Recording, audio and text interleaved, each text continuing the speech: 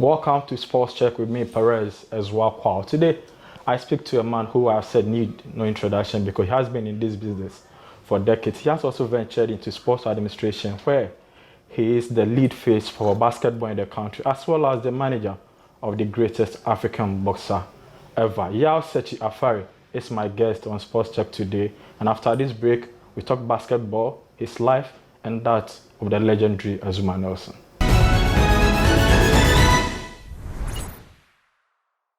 Welcome back from the break, Yaw Sakyi, the CEO of Right Sports, the manager of Azumah Nelson, the face of basketball in the country. You have a lot of titles. And sometimes I wonder how I'm able to share my time. But Perez, thank you so much for this opportunity. And it's good to see you. Sure. Yeah. But someone would ask, why basketball? In a country where football or boxing is the first or the second love, why basketball for you? Why did you make that decision to go into basketball? And the question I ask people, why not basketball? At the end of the day, there are several sports being promoted in this country. And the last time I checked, over 40 of them with the National Sports Authority. And beyond the federation, private people need to be interested to support the activities of this federation. So my journey or my partnership with basketball started back in 2003. Wow. So we're talking 19 years ago. We're talking in 2022, so 19 years ago. And it started as me fulfilling my responsibility as head of events and promotions with Choice FM. I mean, it's a great journey from where you took it to when. But how difficult has it been for, of course, Coca-Cola have been faithful partners and they keep supporting you, but you know, in our part of the world, people don't want to see a lot of numbers. They want to see maybe basketball stars in the NBA before they commit some resources to it. So how difficult or easy has it been in your 90-year journey? It's been difficult. And I always say big ups to Coca-Cola for the support. However, the longest we've gone was back in 2010 where we engaged 8 regions. Then it was 10 regions. Why? Because it's all about budget limitation. If Coca-Cola gives you 100 Ghana cedis and it's able to do, let's say, 3 regions, but there are 7 other regions yearning to be part of it. So yes, they are doing their best, but if you had extra resources, you'll be able to do more than you're doing. Sure. And so it's been difficult. At this point, I won't say it's as difficult as back then. Sure. It's better because basketball popularity is soared. It's been discussed on radio, television, it's everywhere. But we still need enough corporate bodies in that space. But then, so what would you say for football, for instance? I once said an executive council member saying, if they got, say, $5 million, they will be able to put the league where they think it's supposed to be. Based on your knowledge of the basketball field, how much investment do we think we need if we really, really want to develop the sport? Hey, this question, I haven't put numbers to it, I have to confess. But we need some investment. So I give you an example. We do not have a national indoor arena as I speak with you. The last time I checked, Cape Coast had something, but it's not standard for an NBA team to want to come and play here, an European team want to come here on their training tour. So you need investment in that area. You need to build, at least get one in Kumasi, get one in Accra, get one in Takoradi. If you have 4 indoor arenas, minimum seating capacity about 2,500, 3,000, it will completely change the face of basketball in Ghana. I kid you not. We're going to have a lot of teams travel to Ghana. We can hold international competitions here.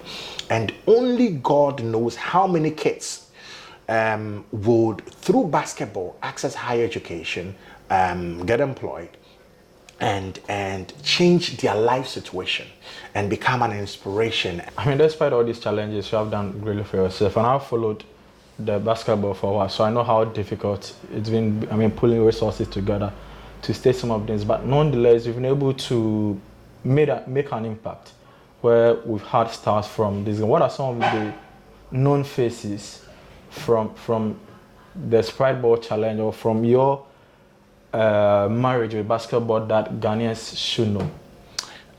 Known faces that we've invited to Ghana? No, you have produced basically? Oh, so this is the interesting part.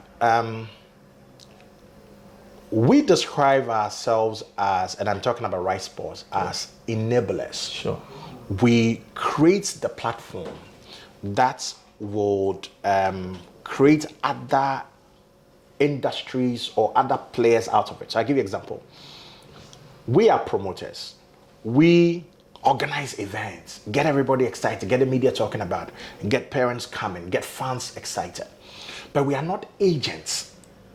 Sure. We don't manage people. So we have agents or basketball people who come and sit and identify the players.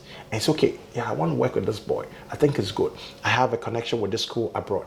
And so we don't take credit for everything, but we are the people who bring everybody together. We showcase them and say, what can you do? So out of the work, you now have like Clock. Clock used to play for KSTS, play for Tech. Now Clock is doing basketball attires. He's got a brand company, and we didn't create it, but he takes inspiration from it. Because why? He's seen the need to position himself as a guy who can provide jerseys. Because Yaw Sakyi and his team, we don't produce jerseys. Yeah. So out of the programs, businesses are being formed. Do you understand my point? Yeah. A lot of kids from Sprite Ball are playing in colleges, some are in high school, and all over the place, which can put a list of them there. What we haven't had is, okay, who is playing in the NBA, like the notable leagues. Yeah. Ben Bentel is not a product of Sprite Ball, but Ben Bentel, it's a product of the basketball ecosystem in Ghana. Sure. And so sometimes you can point to Ben Bentel and say, oh, okay, but at least he didn't survive in the NBA, but at least on the Knights drafted 51st by Boston Celtics, that is a product of Ghana. Do you think that in the near future we're going to see, Ghanaian basketball stars in the NBA? I mean, based on the investment you're making, based on the fact that now there seems to be some interest in the sport as well, or do you think maybe the height factor? Are we going to see Ghanaians in the NBA and professional leagues around the world? I say a big yes to it. Once we can stay consistent and begin to monitor the progress of these young kids who have had the opportunity to travel abroad to pursue higher basketball and education. So yes, it's an emphatic yes if we're going to see some kids in the NBA. Do you have some names? Yes, currently there's a guy called Agbeko, there's a Max Olokwampa, there's this kid also called Senna. A lot of them, I don't keep track of them because, like I said, that's not my space. We don't own these players. My last question, though, what's the future of Sprite Ball? As long as Coca-Cola is committed to this process and they have not indicated anything other than they excited about this opportunity or this platform to see kids grow in the area of basketball and music, we'll continue to be here to do it. And of course, we're open to other businesses that want to come into the space and to help, nurture basketball talents in Ghana. So yes, Sprite Ball has been coming a long way. It's since 2007, and we're still here growing strong. Congratulations. I mean, you've won some awards as well. You've been featured in the Emmys. So. Yes. So I remember 2010, we're recognized by SWAG Awards. We're given a Meritorious Awards for the development of basketball. And in New York, there's an award called 3G. And we were there also to receive in 2014, Happy FM organized the Ghana Fan Sports Awards. We also recognized. And in 2017, I think you can see in the background, the big one, the Man of the Year Sports at the Emmy West Africa at Kempinski. It was fantastic. I didn't think I deserved it. I didn't think so because I looked at the category and you had Kwesi Nyantichi, you have Tony Bafu, and I'm like, okay, football people, there we go again. So when my name was mentioned, it took me a second to say, no, hang on, are they just mentioning my name or they're saying I'm the winner? And so you should see the others running to the front to receive the award, and I dedicated to the basketball people of Ghana. I mean, congratulations. I mean, it's a good recognition. You've sacrificed a lot for a sport that does not get a lot of funding. You've done so well for it. So, Yaw Sakyi has been talking his basketball. We come back from the break and we're going to talk Azumah Nelson. He's also a teacher to one of the most recognized, one of the world-known sports personalities. So we'll be speaking to him about that as well. This is Sports Check and Perez as well. We'll be back after the break.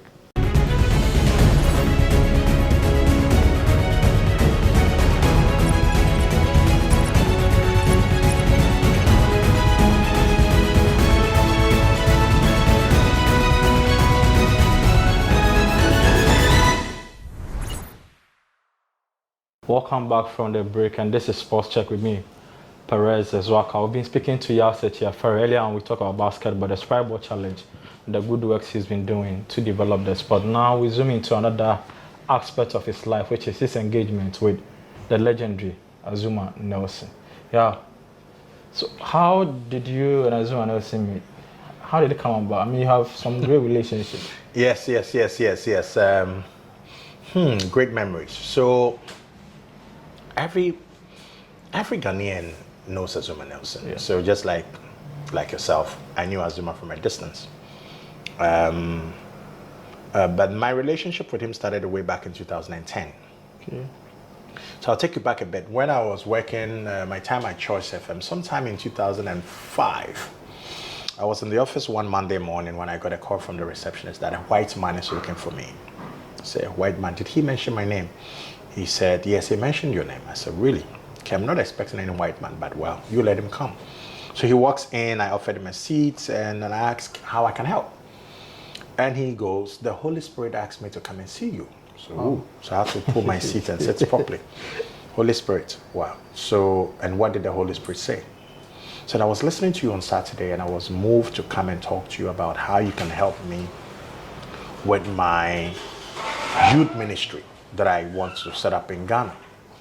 And I said, okay, what's my role? What do you want me to do?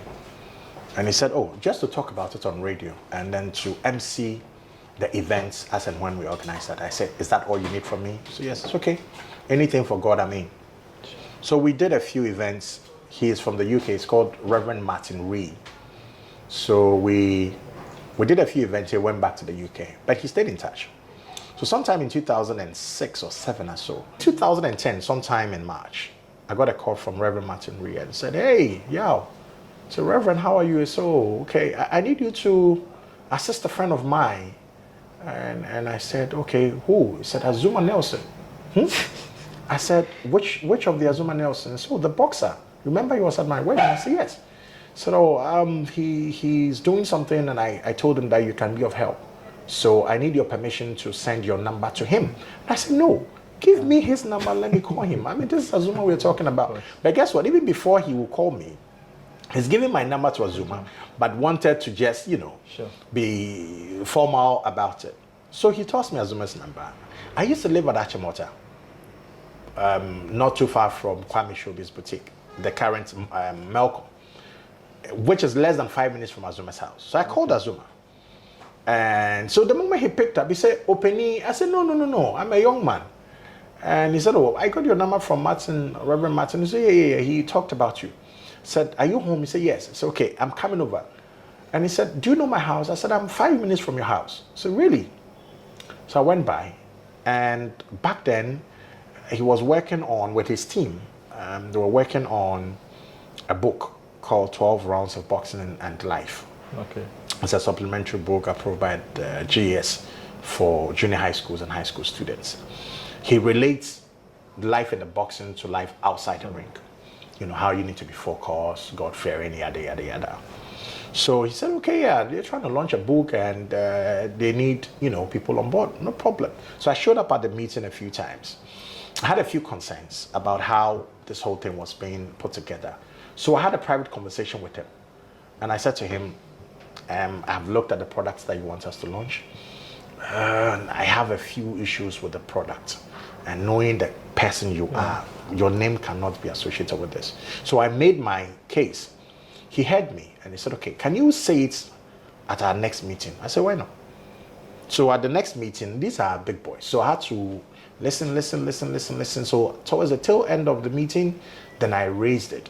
I had taken the book, I had circled all the mistakes, and I told the committee that I've looked at the book carefully.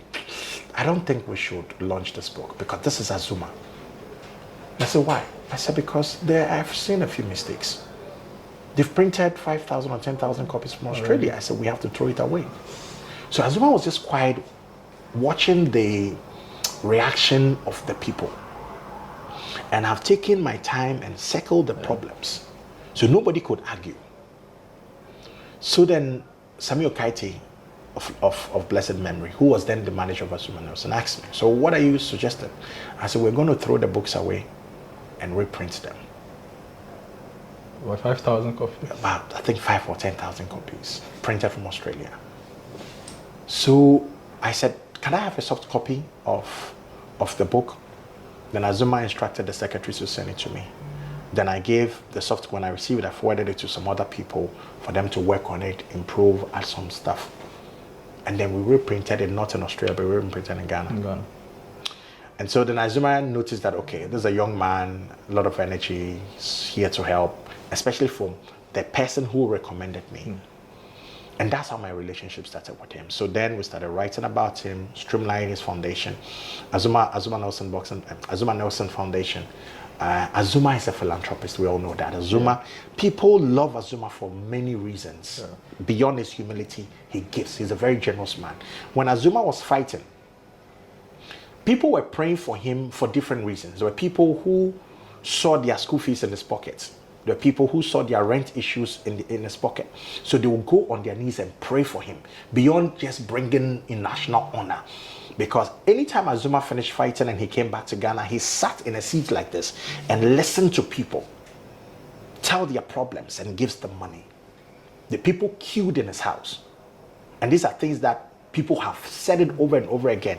We go places and Kwame Sefakan is talking to me about how he helped him before. Azigiza Jr. is talking about how he gave him money to set up a studio. Everybody talks about his generosity. So I noticed back then that, look, there are people also who take advantage of such stuff. So we needed to streamline the foundation activities. So anytime people came with problems, you have to refer to me. But I'm sure there have been a few down moments, maybe not from Azumah himself, but maybe there are certain instances or situations where you were not happy, or you were sad, or you were perhaps angry. With him? Not necessarily, but because of your association with him.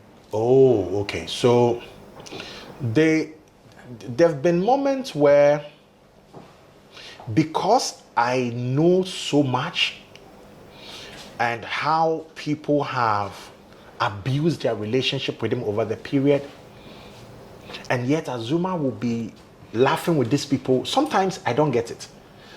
Perhaps you understand? Like, because of what I know, I'm like, what kind of man is this? Yes, I know the Bible tells you to forgive. But you know, some people would do you something.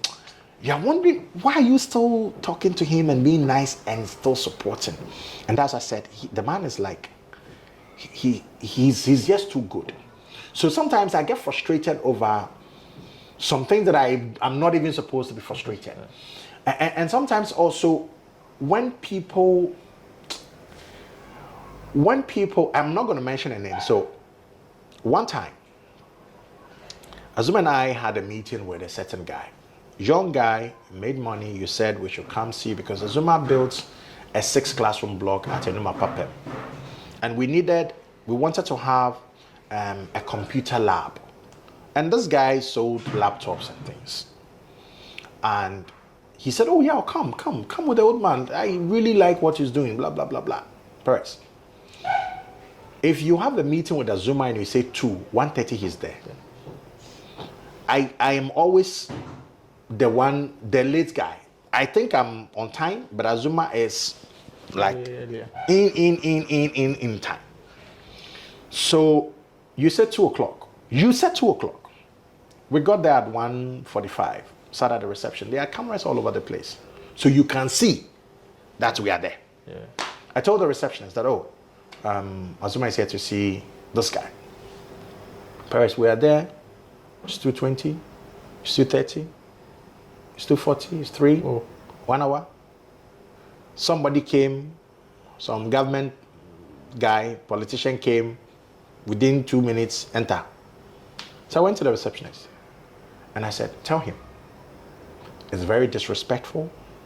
Yeah. If he doesn't have time to see us, he should say. In the next 5 minutes, if he's not ready to see us, it's fine, we have to go. I said, look, tell him that if I came alone, boy, I will have a problem. Sure. But to have the old man seated here for 1 hour without attending to us is very disrespectful. So tell him. So I'm sure he had seen my interaction. I don't know how the secretary told him, but within 5 minutes, the secretary came and said, oh, he said we should meet in the boardroom. Mm-hmm. And when he walked in, I said to him, I said, bro, in front of Azumah. I said, bro, that's wrong. I mean, I know you're a big man, you want to help, but Charlie, you don't do that. Yeah. If I came alone, and I repeated, I said, bro, if I came alone, it's different. But to have the man sit here and 1 hour, so yeah, Charlie, you know how the pressure there. I said, no, chill. So if I have the slightest hint that you want to despise, try and misbehave small, I take it very personal because I have seen how people revere this man. I have seen in New York how immigration officers will abandon their post and run after Zuma for autograph. Wow. I have seen how boxers will be gathered in a room and they'll be calling my phone to say, where is Azumah? Because without Azumah, this program is not starting. I have seen in Azerbaijan where the WBC will say, Azumah and Costa Zoo, you are the only two to meet the president and go on television. I have seen the respect. So when we are here and somebody, small boy B1, misbehave, I take it very personal, but he is calm about it. What about the higher moments, your favorite moments with Azumah? I think my favorite moment, Charlie, favorite moment with Azumah, okay, I don't say this in any, he's a very funny guy. Really? Okay, see, Azumah is funny. He's a very quiet, but when he's comfortable, my goodness. And he can tease. So, like...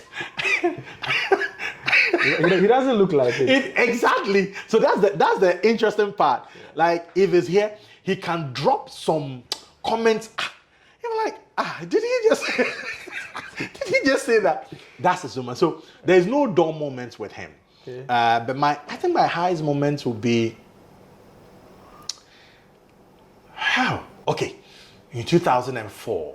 in 2014 in Las Vegas, December 15 to be precise, when he was crowned WBC's greatest super featherweight boxer of all time. And it was very refreshing. I was with him, I carried the belt, and the accolades, the things the boxers were saying about him. I picked a camera and I was doing an interview, Mike Tyson, George Foreman, all of them. And he would say to Mike Tyson, hey, Mike, that's my son. And Mike will say, so you can imagine everybody, and these are legends. I see them from afar, but now I am standing next to them. And Azumah is holding my hand and say, hey, Mike, that's my son, talk to him. And when the WBC and all these people want to talk to him about the business, he will say, talk to my son. I don't know what else, I don't know what greatest moments that is. So I've had several moments with him, but I think the 2014, December 15th, in Las Vegas may stand out as one of my moments with him, where I stood there and witnessed him being crowned as the greatest WBC, greatest super featherweight boxer of all time. How does he take all of this? I mean, the fame, he is super calm. Respect. He is super calm. I think fame has never gotten into his head. I don't know how he's able to do it, but he will tell you that if you fear God, you will know that the fame and the money and everything came from above. And so there's a certain source. So if you treat people sharply, you condescend, you disrespect people, God will take that fame from you. So he's very mindful, he's very God-fearing, and when I say God-fearing, proper respect. Any idea how he got the name Professor? Oh, it was after this fight against Jeff Fennick in 1992, where There was a very controversial fight. The first one, I think that was in 91 in Las Vegas. Azumah tells me he wasn't feeling too well. He was down with malaria. And Jafenek from Australia is a very aggressive fighter. He used to be a kickboxer. So he's very dirty. Or no, elbow, and Azumah wasn't completely fit, but he couldn't check out of the fight. So they went ahead and they traveled the distance. They went to the 12th round and the guy did well. So Jafenek expected to be declared the winner and was declared a draw. And he was livid. He was shouting, screaming, accusing everybody, robbery, yada, yada, yada. And Azumah said, okay, no problem. You know why? I was not well. You couldn't knock me out. Choose a venue. Tell me where. And in his own words, he said, your father can be the judge, your mother can be the referee, your kids can be the fans.